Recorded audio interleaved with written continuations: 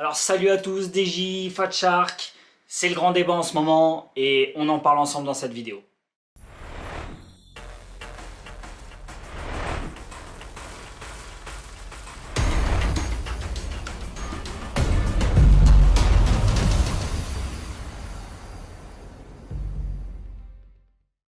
Alors, tout d'abord, pourquoi une vidéo blabla? Tout simplement parce que ça change un petit peu, je sais que vous aimez bien avoir notre avis, vous nous le dites régulièrement, et aujourd'hui donc on va partager autour du sujet de DJI et Fat Shark, donc DJI et Fat Shark.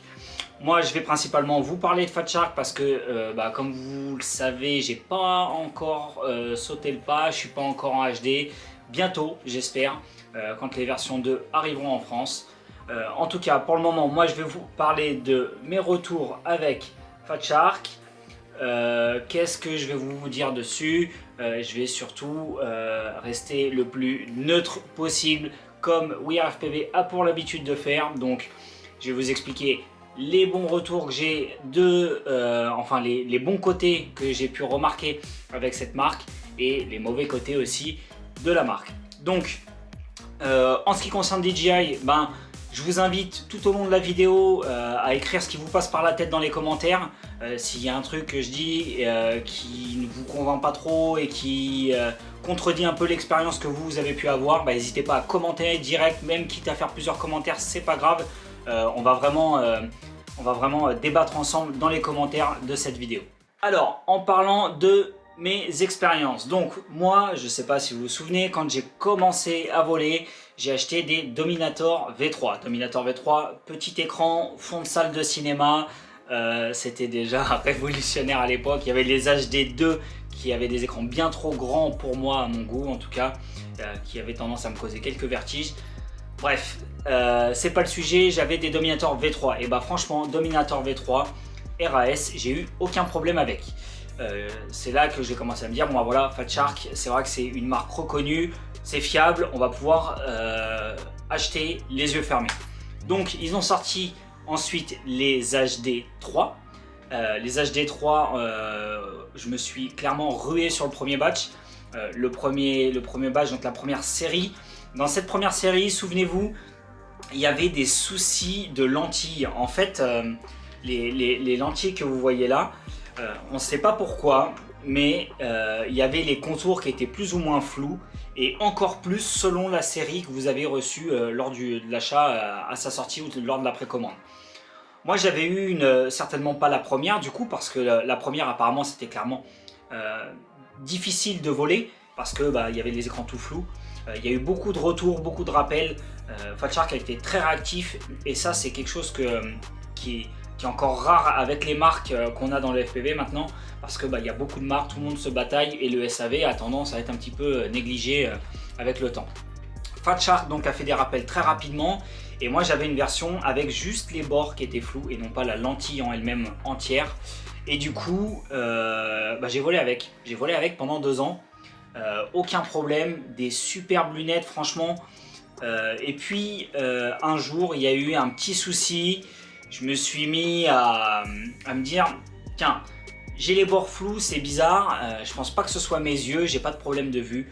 Donc je vais contacter Fat Shark au pif comme ça. 2 ans après, je contacte Fat Shark, je vais sur leur site et puis je leur dis moi voilà, salut, moi j'ai acheté des HDO 3, ça fait maintenant plus de 2 ans. J'ai les lentilles floues, est-ce qu'il y a encore possibilité de faire quelque chose? Parce qu'il y avait eu une date de rappel. Et du coup, voilà, plus grande surprise, ils m'ont dit pas de problème, voici notre adresse, vous l'envoyez, donc forcément le renvoi à ma charge. Donc j'ai envoyé, ça a coûté à peu près une vingtaine d'euros.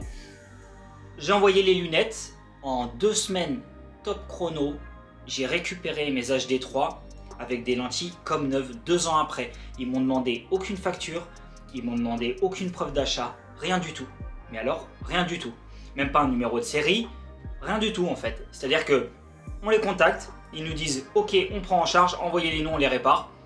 Voilà, ça m'a coûté l'envoi et je récupère des lunettes neuves. Et ça c'est vraiment un truc de dingue et je trouve ça génial pour Fat Shark, parce que voilà, ils sont placés en tant que leader des lunettes avant que DJI arrive. puisque DJI maintenant c'est encore un autre débat, hein. On passe sur du numérique, là on est toujours en analogique. En tout cas sur le marché de l'analogique, Fat Shark est vraiment très très bon. Maintenant il y a Orca qui vient un petit peu bousculer. J'ai pas vraiment de retour sur le SAV pour le moment. Mais voilà, ce que je trouve génial c'est que ils sont les leaders et ils assument entièrement. Et même 2 ans après que la garantie soit passée, ils prennent encore en charge et ça c'est dingue. Donc pareil, je sais pas si vous avez eu vous aussi la même expérience, les lunettes, les HD3 avec les écrans flous, tout ça. N'hésitez pas à me le dire là dans les commentaires, réagissez un maximum et dites-nous vraiment si vous aussi vous avez eu la même expérience ou si c'est vraiment que moi. À savoir que j'ai pas du tout dit qu'on était WeAR FPV, hein. Je n'ai pas précisé ça. Donc je vois déjà ceux qui vont venir en disant oui c'est parce que vous êtes WeAR FPV, vous êtes privilégié. Mais non, ce n'est pas le cas. Du coup, il y a autre chose, c'est que après je suis passé sur des HDO2. Donc HD3 vendues, aucun problème, elles étaient comme neuves, elles fonctionnaient. Maintenant HDO2, pareil, précommande, achetées sur Banggood. Comme les HD3 d'ailleurs, elles étaient achetées sur Banggood. Et du coup les HDO2 je les ai reçues donc au tout début, au moment de la préco. Et je ne sais pas si vous vous souvenez, il y a une vidéo que je vais vous remettre ici là dans le coin. Une petite vidéo où j'ai pris une bûche mais monumentale, où en fait j'ai eu un écran blanc de dingue en plein power loop et mon drone a fait une chute d'au moins pas loin de 20-30 mètres de haut et j'ai redécollé. Et d'ailleurs à ce moment là je soupçonnais en fait mon récepteur vidéo. J'avais le TrueDX, je pensais que c'était le TrueDX qui avait une mise à jour un petit peu défaillante. Du coup, je suis passé sur le petit récepteur de Foxeer et en fait, j'avais plus ce souci. Je me suis dit tiens, bon voilà, j'ai trouvé le problème, ça vient du TrueDX. On a partagé un petit peu cette info, au final c'est un tox. Je vais vous expliquer pourquoi. Parce que tout simplement, du jour au lendemain, mes lunettes se sont remises à flasher. Il fallait que je les débranche, les rebranche, les débranche, je les rebranche. Donc j'avais toujours un écran blanc qui flashait de temps en temps. Et vraiment très désagréable. Et dernièrement, donc là cet hiver, j'ai eu donc écran blanc total. Je branche les lunettes, écran blanc, rien, aucun signal. Juste un écran blanc très flashy et aucune info qui remonte, peu importe la source. Donc j'ai commencé à me renseigner un petit peu sur internet, RC Group, voilà, j'ai été sur les forums américains qui sont encore plus riches que les nôtres, en France en tout cas. Et du coup, j'ai vu que c'était un problème qui était récurrent depuis très longtemps en fait. Il y en avait qui avaient le souci avec des HD2, il y en a qui avaient le souci avec des HD1, avec des attitudes. Je me suis dit putain bordel, c'est abusé. Les mecs sortent des lunettes depuis des années et on se retrouve avec le même problème sur les dernières versions. Bon, je me dis allez, on va voir, on va contacter le SAV. Et là, je contacte le SAV et puis ils me disent oui, c'est un problème de driver vidéo, il faut que vous nous les renvoyez. On les répare, on vous les réexpédiera ensuite une fois qu'elles seront réparées. Je dis bon ok, même démarche. À la différence des HD3, c'est que là leur système de contact en ligne a un peu évolué. Là par contre ils vous demandent où est-ce que vous les avez achetés, à quelle date, et ils vous demandent pas de facture pour autant. Ils veulent juste quelques informations histoire de situer un petit peu le type de produit que vous leur envoyez et quel âge il peut à peu près avoir. Bon. Alors c'est clair qu'il peut y avoir des gens malhonnêtes qui vont dire que leurs lunettes sont toutes neuves, d'autres qui donneront les vraies infos en disant que les lunettes ont plus d'1 an. Je pense pas vraiment que Fat Shark soit très regardant, surtout quand surtout après l'expérience que j'ai pu avoir avec les HD3 où là clairement ils m'ont rien demandé, même 2 ans après ils ont réparé mes lunettes et ils n'ont pas cherché à chipoter quoi. Donc voilà, ça c'est pareil, je sais pas si vous avez eu des flashs avec n'importe quel modèle au final, parce que du coup c'est pas seulement les HDO2, hein, ça va être avec des attitudes, des HD, toutes simples. Je sais pas si vous avez eu ce problème de flash d'écran blanc, pareil dites-le moi dans les commentaires. En tout cas, sachez que ce souci d'écran blanc qui flash ou d'écran blanc total, eh bien c'est un souci de driver vidéo apparemment, et il faut leur envoyer pour faire une petite mise à jour et qui corrige le problème. Petite mise à jour ou même changement de la carte vidéo, parce que je crois que moi ils ont changé la carte vidéo justement. Donc voilà, franchement moi pour l'instant de toutes les lunettes que j'ai pu avoir de Fat Shark, je trouve ça génial. Alors je vais pas tarder à recevoir mes lunettes DJI.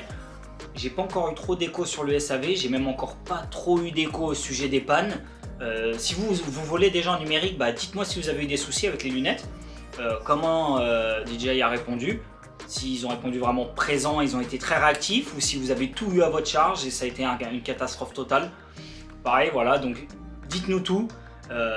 Dites-nous si vous pensez que Fat Shark est vraiment imbattable niveau SAV. Moi je pense qu'ils sont très très forts et qu'il y a beaucoup de marques qui devraient s'en inspirer. Surtout que au jour d'aujourd'hui, comme je vous ai dit en début de vidéo, il y a un paquet de marques et il y a très peu de monde qui ont un SAV béton comme Fat Shark peut avoir. Alors voilà, c'est à peu près tout pour mon expérience avec Fat Shark. Au final, je la résumerai comme très bonne. Je dis pas que je ne vais plus jamais voler en Fat Shark. Je dis juste que maintenant, avec le passage au numérique, il se peut que je fasse un peu moins de retours sur l'analogique. C'était en tout cas une super bonne expérience. Un SAV qui est vraiment béton, des lunettes de qualité en permanence. J'ai jamais eu de défaillance quelconque à part le peu que je vous ai cité là. Honnêtement, voilà, le seul truc que je pourrais leur reprocher en étant impartial total, ça serait... enfin voilà, la question que je me pose à l'heure actuelle, c'est surtout est-ce que avec le temps et avec la concurrence qui leur pousse un petit peu au cul, est-ce qu'ils négligeraient pas leur contrôle de qualité? Pourquoi sur un dernier modèle, on a encore des problèmes de driver vidéo alors que c'est un problème connu et reconnu par Fat Shark depuis les tout premiers modèles de lunettes? Donc ça, on ne sait pas et je pense qu'on ne saura jamais. En tout cas, voilà, c'est, je dirais, le gros point noir de mon expérience, en tout cas avec Fat Shark. Pourquoi avoir un problème qui date depuis déjà très longtemps, qui n'a pas été réellement corrigé? Après, ce que je peux dire, c'est le SAV, un SAV remarquable. Tout le monde devra en prendre exemple. Le truc, c'est que Fat Shark, comme je vous ai dit, est une référence en termes de lunettes analogiques. Ils ont que très peu de marques, on va dire, assez balèzes pour leur tenir tête, mais qui encore peinent un petit peu, j'entends par là Orca, qui encore peine un petit peu à s'installer dans le milieu du FPV. Donc voilà, dans l'analogique, Fat Shark, ça reste une référence et il l'assume totalement, et ça, c'est vraiment très très bien. Voilà. Donc moi j'attends impatiemment mes lunettes DJI, j'attends aussi vos retours dans les commentaires. Si vous avez eu des problèmes avec Fat Shark qui pourraient venir noircir l'image, la belle image en tout cas que je leur donne dans cette vidéo, je vous invite clairement à venir nous partager vos retours parce que le but n'est pas de dresser un très beau portrait tout plein d'étoiles à Fat Shark, mais surtout de dire ce qui est bien et ce qui n'est pas bien afin que tous les consommateurs soient au courant. Voilà, pareil pour DJI, je suis pas encore avancé, j'ai pas eu d'expérience avec cette marque pour le moment en tout cas. On vous fera des retours sur la chaîne comme on a toujours eu l'habitude de vous faire. WeAreFPV est réputé pour être neutre et vous dire toujours les bons et les mauvais côtés de chaque marque, et on continuera à fonctionner de cette manière. Donc voilà, partagez-nous vos retours avec DJI, partagez-nous vos retours avec Fat Shark, qu'ils soient bons ou mauvais dans les deux cas. Et je vous invite donc à liker, partager et à interagir sur cette vidéo au maximum. Je vous dis à bientôt sur la chaîne, c'était QNK pour WeAreFPV.